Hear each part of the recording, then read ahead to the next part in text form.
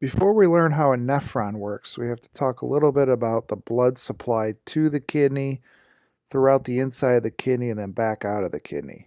So keep in mind that we have to get blood to 1 million nephrons.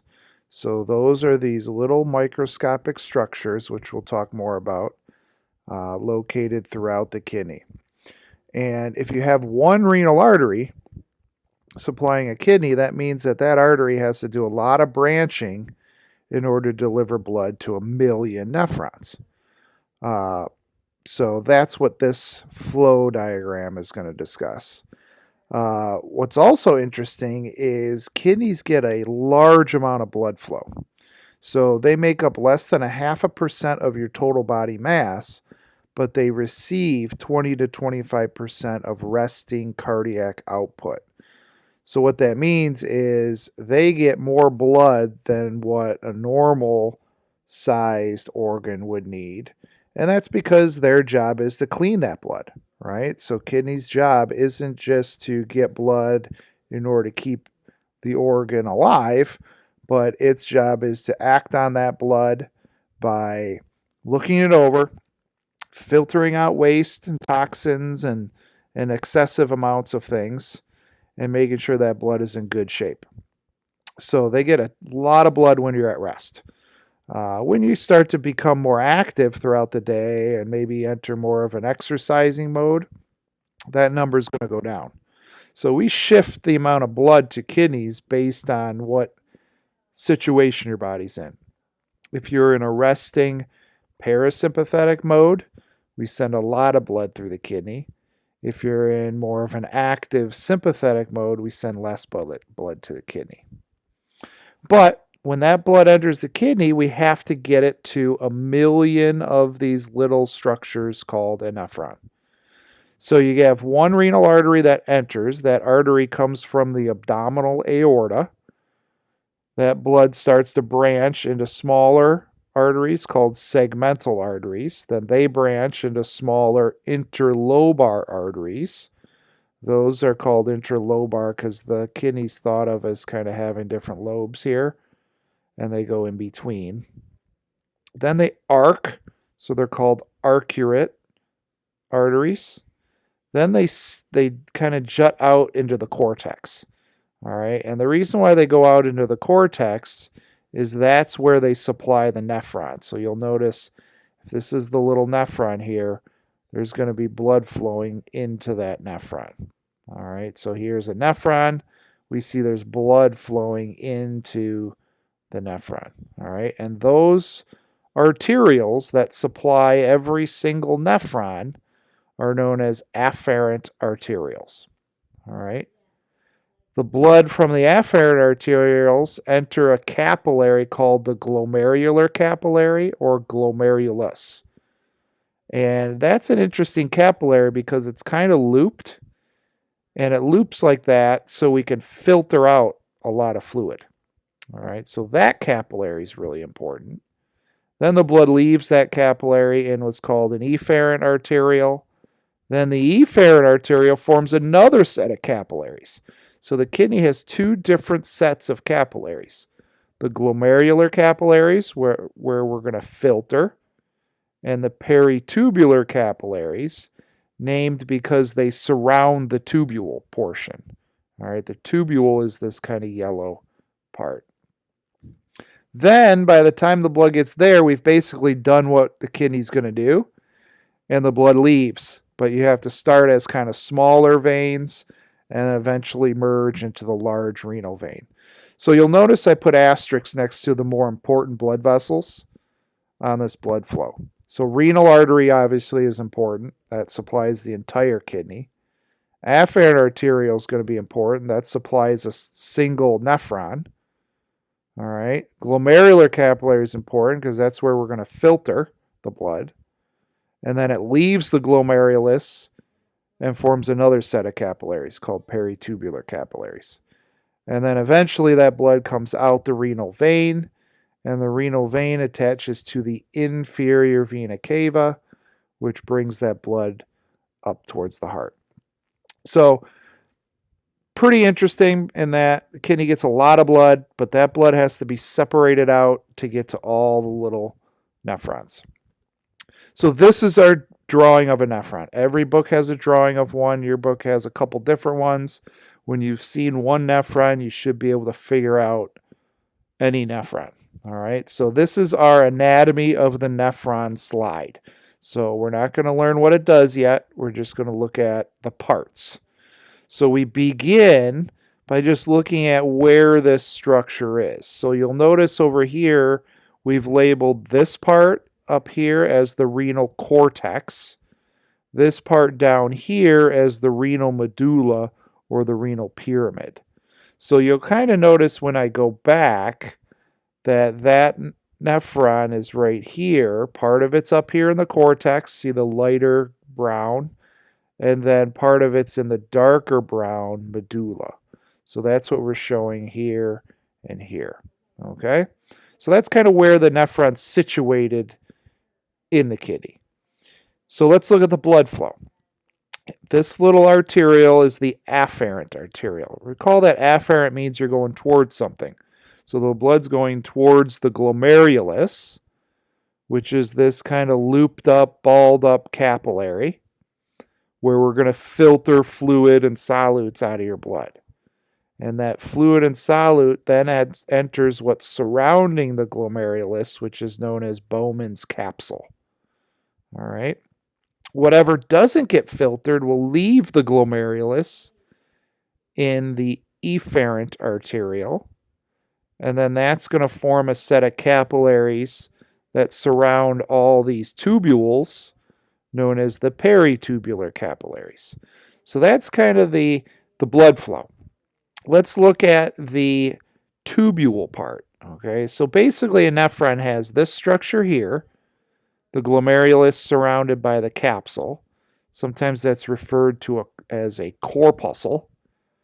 And then it has the tubules.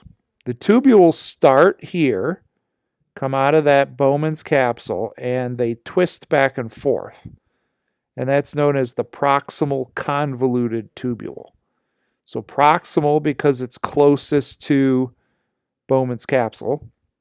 Convoluted means it's kind of twisted back and forth. All right, proximal convoluted tubule. Then it dips down and forms what's known as the loop of Henle. And the loop of Henle has two limbs to it. It has a descending because it goes down, right? The fluid's traveling through these tubules, so the fluid travels down. Then the fluid travels back up in the ascending limb. Then it forms another twisted portion called the distal convoluted tubule. And then that goes into a collecting duct, which can get fluid from many other nephrons. So all this fluid from multiple nephrons goes into the collecting duct. Then eventually a bunch of collecting ducts merge to form a papillary duct. And the papillary duct is down in the point of the medulla. And by that point, we've formed urine. So urine forms when you filter out fluid, and then it goes through all these tubules. And when it's flowing through these tubules, we can put things back into the tubule, or we can take things out of the tubule. So we can add or subtract from this fluid. And we'll talk more about how that's done and what we call that. But ultimately, there's 1 million of these nephrons. They are the functional units. And we filter stuff out of your blood. We make small adjustments to it. And whatever's still left in this tubule at the papillary duct is going to be urine. Okay? So let's talk about the function. We'll kind of take an overview. Now, this is another drawing of a nephron. It's not as fancy. It's not as anatomically correct. But it's going to show us the 3 steps. There's basically 3 steps in forming urine. Step 1 is filtration. All right, so there's the afferent arteriole. It enters the glomerulus right here. Here's Bowman's capsule. Filtration is when we take fluid, which is water, and many of the solutes, okay, which are going to be other things in your blood. That's going to be things like electrolytes and waste molecules, and potentially glucose is in there. So a lot of things get filtered out and collected in Bowman's capsule. Then the next step is if there's anything in that liquid called a filtrate. We call it a filtrate now. And you can think of a filtrate as kind of pre-urine. It's not urine yet, but eventually whatever stays in that tubule is urine. So the filtrate enters. There's going to be things in that filtrate we don't want to urinate out. So we have to recapture them. And that process is called reabsorption. So it's taking fluid and solutes that we don't want to lose and bring them back into the bloodstream. But notice we bring them back into the peritubular capillaries.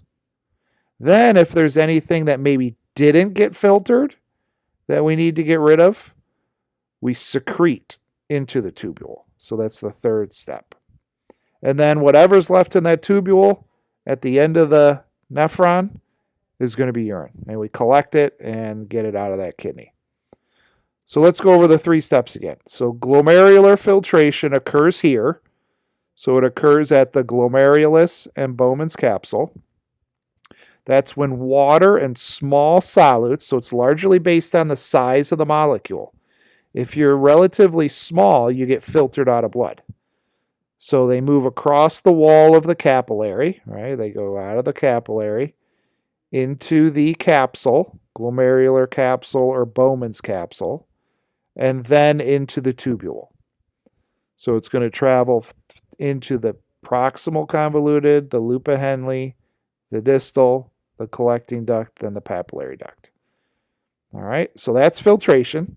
As it's flowing through the tubule, we do reabsorption, which is, removing many of the useful solutes and water from the tubule back into the bloodstream. So we return the things we don't want to lose. And then we're also going to be doing secretion, which is in essence the opposite of reabsorption. Any molecules that we need to get rid of that did not get filtered, so waste, drugs, excess ions, we can move them into the tubule. All right, so those are the basic 3 steps. What we're going to do now is add those steps and talk about where it occurs in the nephron. So here's another drawing on a nephron.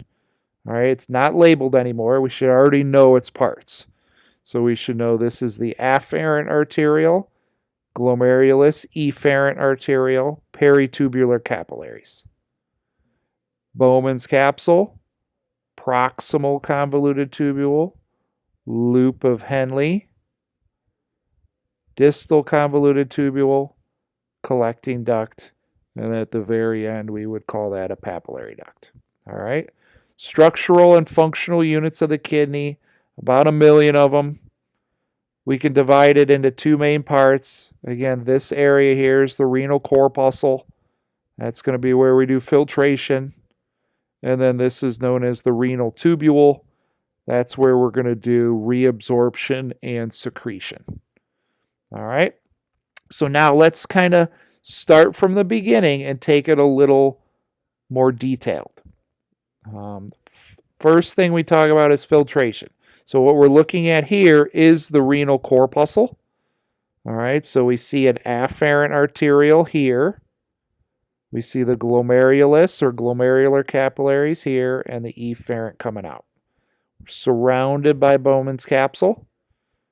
This big black arrow represents filtration pressure. All right, glomerular capillary pressure. So that's blood pressure. So when we get to a glomerulus, the blood pressure is about 50. Now, there's also opposing pressures. There's a colloid osmotic pressure and a capsular pressure that are opposite. So if we were to calculate the net filtration pressure, it's about 10 millimeters mercury. So what that means is fluid will get forced out of the capillary into Bowman's capsule, and then it starts to enter the tubule. All right. So notice that at this capillary, unlike a normal blood capillary, you only filter. There's nothing coming back into the blood here. All right. So filtration happens here because of a net filtration pressure of about 10. All right. If we wanted to filter more, we let more blood in here. So we might dilate this afferent arteriole. If we want less fluid, we might constrict the afferent arteriole. So we can regulate how much filtration is done by regulating the size of this afferent arteriole. All right, so that's filtration. What gets filtered? So again, it's largely based on size. So if we were to take a little cross section of one of those glomerular capillaries, we would notice that it's a fenestrated capillary. If you remember, a fenestrated capillary has holes. And what those holes are going to allow is a little more filtration than a normal capillary. You can get a little more fluid and molecules out of this blood than you would at, say, a normal systemic capillary. There's a couple other layers here that are kind of part of the filter, if you will. There's a basal lamina, but then there's also these cells here, these podocytes. These podocytes form what's known as the slit membrane, which kind of will allow certain things to be filtered out, but prevent other things from being filtered out. So what stays in your blood and what gets filtered out? What stays in your blood are large things. So large things are going to be blood cells. So red blood cells are too big to be filtered out. White blood cells are too big. Platelets are too big. Large proteins are too big. They'll stay in the bloodstream. And quote unquote medium-sized proteins.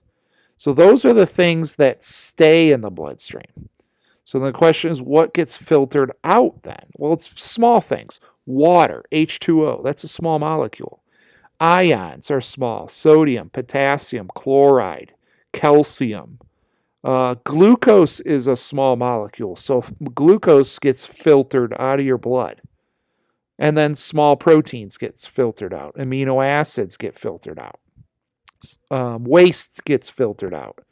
Now, just because you're small doesn't mean we need to get rid of you. All right? So that's why we need that next reabsorption process. In that if we're just filtering small things out of our blood, well, who's to say those small things aren't really important? Glucose is really important. We don't want to filter it all out of our blood. We need it for energy. So we have to have a step that can bring these molecules back into the blood, and that's called reabsorption. We can regulate filtration. All right, so neural and hormonal regulation of GFR. GFR stands for glomerular filtration rate. Basically, what things can increase filtration rate and what things will decrease. Now, why would you need to do that? Well, sometimes we want to produce more urine. Sometimes we want to produce less urine. So one thing we might want to do in order to lower our blood volume is produce more urine, get more fluid out of the body. So we could use the kidneys to regulate blood pressure. So how does the nervous system regulate? Sympathetic stimulation constricts the afferent arteriole and decreases GFR. So sympathetic activity is going to decrease urine production. When you're at rest and you have high parasympathetic activity and low sympathetic activity, you're going to filter more and produce more urine. Hormones, angiotensin II is a vasoconstrictor. It's produced during that RAA pathway. It leads to decreasing GFR and decreasing urine production. So this hormone can help regulate blood pressure by decreasing urine production.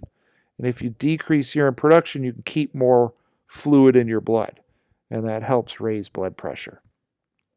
Atrial natriuretic peptide is a hormone produced by your heart that increases urine production. So it does that by increasing GFR. It also does that by getting rid of sodium and water. So this is the neural and hormonal regulation of how much filtrate you're going to produce at that renal corpuscle. All right, we're going to stop there in this video. The next video we're going to pick up. So basically what we just finished was filtration. We learned about what it is. So it's pushing fluid and solids out of the blood. We talked about what drives it. That's net filtration pressure of 10. And we talked about what regulates it. All right, sympathetic activity, angiotensin 2, and atrial natriuretic peptide. The next video, we're going to talk about what happens along these tubules, which is the process of reabsorption and secretion.